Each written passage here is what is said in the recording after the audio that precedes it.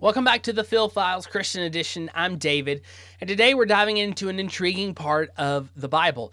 We're going to look at Genesis chapter 1, verses 14 through 19. It's a fascinating passage that details the fourth day of creation when God made the celestial bodies, the sun, the moon, and the stars. Now, this passage is critical for understanding biblical cosmology. It's not just about the physical act of creation. It also carries a profound theological significance. Now, let's start by exploring some of the background. So,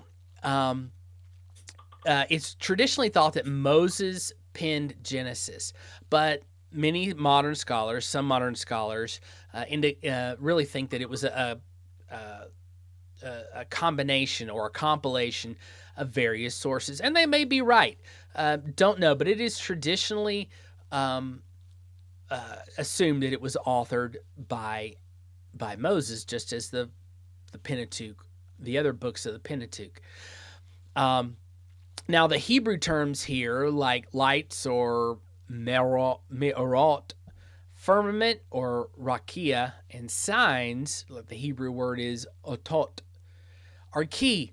They indicate that the celestial bodies were made for function, not just form. And so in the ancient Near East, these celestial bodies were often considered deities, but in Genesis, they're simply creations of Yahweh, or God, which was a bold statement against the prevailing polytheistic views of the day.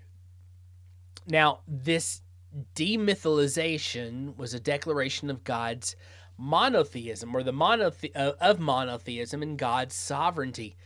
Plus, the creation narrative itself is structured poetically. Day 4 mirrors day 1, where light was first created. And so what this does is it highlights a very structured and purposeful creation. Now, moving on to imagery and symbols, the symbolism here is quite remarkable. The sun, the moon, and stars aren't just physical entities. They embody order and regularity. They separate day from night, and they serve as signs for sacred times, sacred days, and sacred years. It's like a cosmic rhythm, a divine calendar influencing human life and religious practices. And the designation of these bodies as greater and lesser establishes a hierarchy. It's a structured cosmos under divine government. The term signs implies these bodies communicate divine order and purpose. Now, culturally, phenomena were seen as divine messages, but Genesis flips this idea, emphasizing Yahweh's control over creation. Now, this contrasts the beliefs in astral deities, the astral deities of the time. And so let's now shift gears and talk a little bit about theological implications. The passage highlights God's creative power and the order of creation. It asserts one God and God's sovereignty over everything, even time and the natural order. The celestial bodies and marking that time reflects the biblical theme of creation as a harmonious, purposeful act. And then there's the relational aspect as well. These time markers suggest a dynamic relationship between God and humanity, where celestial bodies serve human needs and divine purposes. Now, in today's context, Genesis chapter 1, verses 14 to 19, still influence religious thought and scientific discussion. Some read it very literally. Others see it as a theological insight into God's relationship with creation, rather than a scientific account. And I would fall into that realm. It's fascinating how this passage resonates in religious observances as well, like the Sabbath and liturgical calendars. It emphasizes time-keeping and ritual, showing its lasting impact.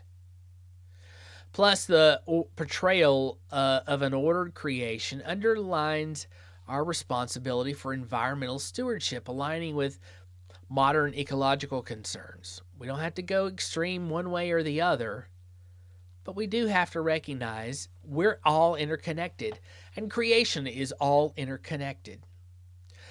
And so, just kind of sum up, Genesis 1:14-19 offers us a rich exploration of creation, weaving together historical, grammatical, semiotic, and theological elements.